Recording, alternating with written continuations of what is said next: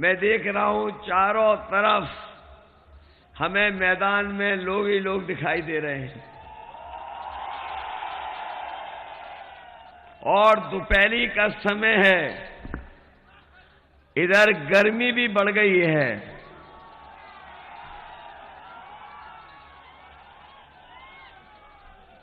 लेकिन मुझे पता है फाजिल नगर और इस विधानसभा के लोग इस बार किसी की गर्मी निकाल देंगे।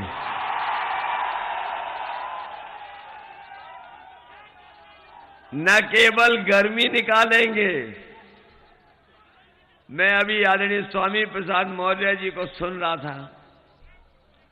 मैं ये कह सकता हूं उनके आने के बाद भारतीय जनता पार्टी की भाप निकल जाएगी, भाप। बताओ भाप निकलने लगी कि नहीं निकलने लगी?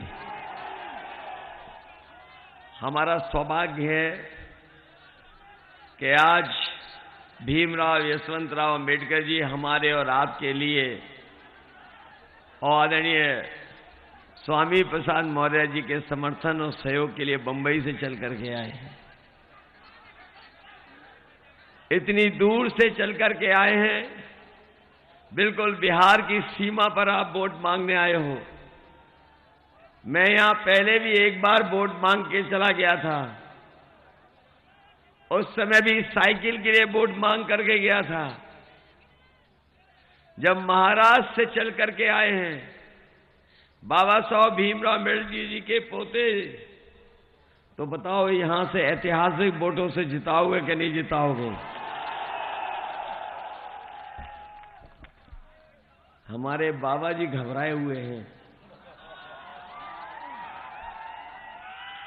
आजकल चेहरे पे 12 बज गए कि नहीं बज गए?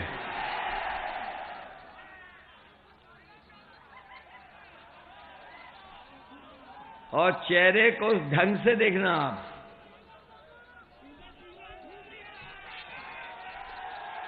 जरा चेहरे को ढंग से देखना। होश उड़ गए हों उनके होश। और उस दिन का याद नहीं होगा, उस दिन याद नहीं होगा जिस दिन स्वामी प्रसाद मौर्य जी हम लोगों के साथ आ गए। मैं तो इंतजार कर रहा था 2011 से। बहुत से लोग नहीं जानते होंगे, लेकिन मेरा इंतजार 2011 के से था। और अगर 11 में ही ना आए कोई बात नहीं, लेकिन जब बहुजन समाज पार्टी को छोड़ा था इन्होंने, अगर उस समय आ गए होते तो हमें इतने 5 साल बुरे दिन नहीं देखने पड़ते।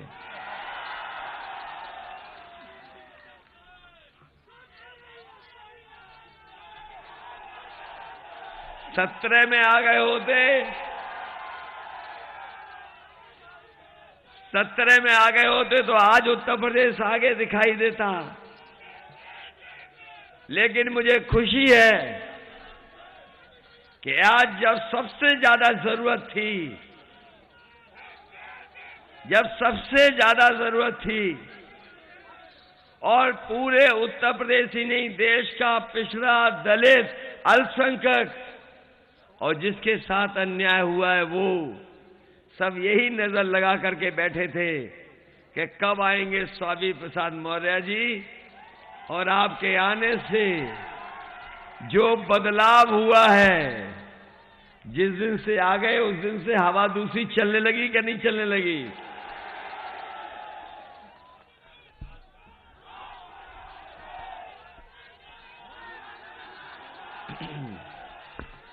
वैसे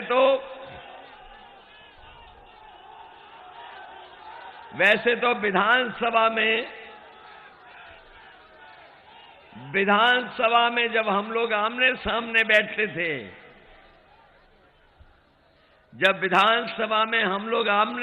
बैठते थे, अगर विपक्ष की कोई बात रखता था, दमदारी से, तो यही आपके प्रत्याशी, आपके नेता दमदारी से रखते थे। हमें जवाब देना पड़ता था और हम लोग सदन में जवाब देते थे। पहले आमने सामने बैठते थे, अब हम लोग पास पास बैठेंगे और सरकार चलाएंगे।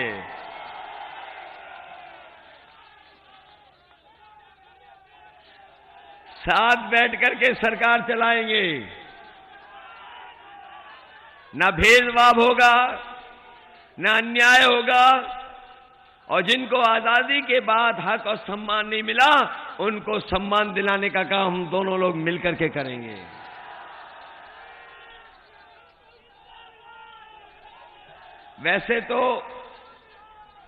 वैसे तो हमारे लिए वोट मांग के आए हैं।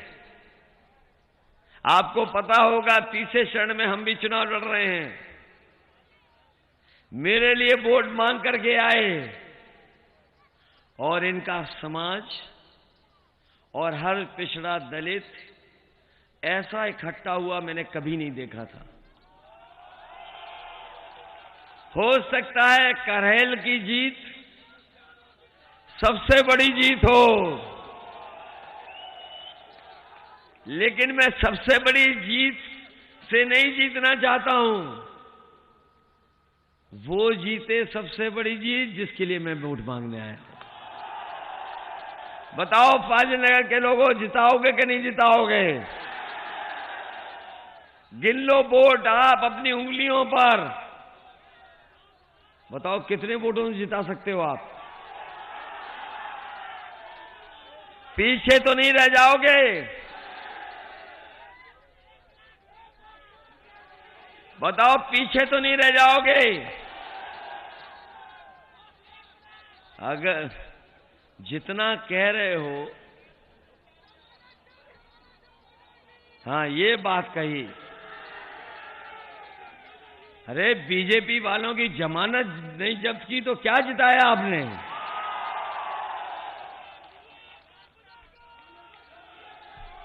और इनके नेताओं को आपने नहीं देखा कैसे वोट मांग रहे हैं बीजेपी के नेता? एक नेता तो दंडवत हो गया, जनता से माफी मांग रहा है। एक नेता कान पकड़ करके उठक बैठक लगा रहा है। और आपने वो भी देख लिया होगा, एक नेता वोट के चक्कर में तेल मालिश कर रहा है। बताओ ये बीजेपी की हालत हो गई, ये डबल इंजन की हालत हो गई। ये डबल इंजन की हालत इसलिए हुई है क्योंकि जनता समझ गई है, इसीलिए इनकी झूठ की पटरियों को उखाड़ फेंकने के लिए एक साथ खड़ी हुई है। बताओ इनसे ज्यादा झूठ कौन बोलता है? ये बताओ झूठ बोलते हैं कि नहीं बोलते हैं? इनके भाषण सुनो, छोटे नेता छोटा झूठ बोल रहे हैं, बड़े नेता बड़ा झूठ बोल रहे हैं, और जो सबसे बड़े नेता हैं वो सफेद झूठ बोल रहे हैं। बताओ झूठ बोलते हैं कि नहीं बोलते हैं? बताओ किसान भाइयों, आपकी आय दोगुनी हो गई क्या? और जब खाद की बोरी लेने गए, खाद की बोरी मिली थी आपको? डीएपी की बोरी और खाद की बोरी जब लाए होगे तो उसमें 5 किलो की चोरी हो गई कि नहीं हो गई? ये सरकार में आ गए तो हो सकता है 10 किलो की चोरी कर लें। कभी कभी मैं सोचता हूं, ये बोरी की चोरी कहां से सीखी इन्होंने? कभी बाजार में जाना और जानकारी करना कि पार्ले जी का बिस्किट पहले कितना बड़ा आता था। जैसे जैसे महंगाई बढ़ी और कंपनी ने कहा उन्हें मुनाफा पूरा करना है, तो वैसे वैसे आपने देखा होगा पार्ले जी का बिस्किट छोटा होता चला गया। बताओ छोटा मिल रहा है कि नहीं मिल रहा है? इसलिए सावधान रहना। ये बीजेपी वाले सरकार में आ गए तो बोरी की चोरी 10 किलो हो जाएगी। ये तो कह रहे थे कि हवाई चप्पल वाला हवाई जहाज में चलेगा। हवाई जहाज बेच दिए कि नहीं बेच दिए? हवाई अड्डे बिक गए कि नहीं बिक गए? पानी के जहाज बेच दिए कि नहीं बेच दिए? बंदरगाह बेच दिया कि नहीं बेच दिया? रेलगाड़ी बेच दी और रेलवे स्टेशन भी बेचने जा रहे हैं। और कुशीनगर में समाजवादियों ने एक बहुत बड़ा अंतर्राष्ट्रीय एयरपोर्ट बनाया। वो अभी बेचा नहीं है। जैसे हम और आप लोग कोई जमीन खरीदनी हो या बेचनी हो या कोई चीज लेनी हो तो बताओ, हम लोग देखने जाते हैं कि नहीं जाते हैं? तो अभी बेचा नहीं है, अभी केवल देखने आए थे। ये देख करके गए हैं इसका सौदा करने। इसलिए हो सकता है ये एयरपोर्ट बेच दें। इसलिए साथियों, इधर बाबा जी का भाषण सुना होगा आपने। वो हमें कह रहे हैं कि हम 12 बजे सो के उठते हैं, और जब से उन्होंने 12 बजे कहा सो के उठने का, हमने भी उनके घर पर नजर रख ली है। अब जो लोग गए होंगे हमारे घर, आदरणीय स्वामी प्रसाद मौर्य जी हमारे आए हैं, वो जानते हैं हमारी और उनकी दीवार एक है। आजकल मैं शाम को देखता हूं कुछ धुआं उड़ता नजर आता है।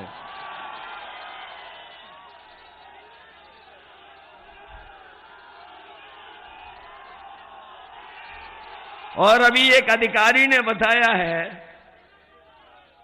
कि रात में उठ करके फिर वो धुआं मांगते हैं। नींद नहीं आ रही है। और अभी पुताई वाले मैंने देखे, पुताई वाले जा रहे थे।